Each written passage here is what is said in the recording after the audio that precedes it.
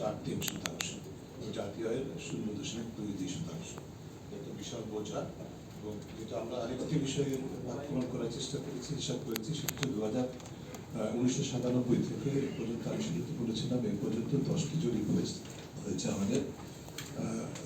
এবং তার মধ্যে থেকে 2009-এর যে জরিপটি, অর্থাৎ কর্তৃত্ববাদী সরকারের মেয়াদের প্রথম বছরে যে জরিপটি 2009, যেটা 2010 প্রকাশিত হয়েছিল, তার থেকে হিসাব করে আমাদের এই বছরের জরিপ পর্যন্ত, অর্থাৎ 2024-এর এপ্রিল পর্যন্ত যে মেয়াদে আমরা জরিপগুলো করেছি, তাতে যেটা আমরা দেখতে পাই, সর্বমোট আমাদেরকে ঘুষ লেনদেনের শিকার হয়েছে বাংলাদেশের মানুষের 1,46,252 কোটি টাকা।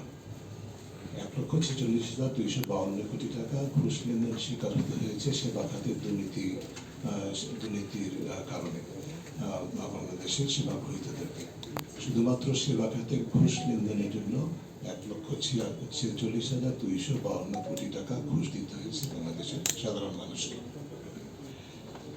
এরপরে যে বিষয়গুলোর উপর, কয়েকটা বিষয়ের উপর আমি আরো গুরুত্ব আরোপ করতে চাই, সেটা হচ্ছে যে আমরা যেটা দেখতে পেয়েছি, আমাদের উত্তরদাতার কাছ থেকে জানতে চেয়েছিলাম তাদের অভিজ্ঞতায় দুর্নীতি প্রতিরোধের জন্য কি করণীয়। আপনারা দেখবেন যে বিষয়গুলো, এটা কোনো রকেট সায়েন্স না, আমরা সবসময় বলি যে বিষয়গুলো বিজ্ঞান বলে, গবেষণা বলে, সেই বিষয়গুলো আমাদের সাধারণ মানুষ বলেছেন।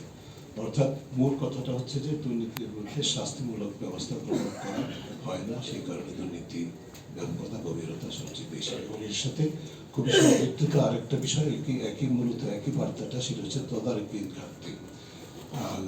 যারা সেবা প্রদানকারী, তাদের তদারকির ঘাটতির কারণে তারা অনিয়ম দুর্নীতিতে নিমজ্জিত থাকেন এবং তাদেরকে জবাবদিহিতা, যারা জড়িত তাদেরকে জবাবদিহিতার আওতায় আনা হয় না, সেটার কারণে দুর্নীতির ব্যাপকতা, গভীরতা বাড়তে থাকে।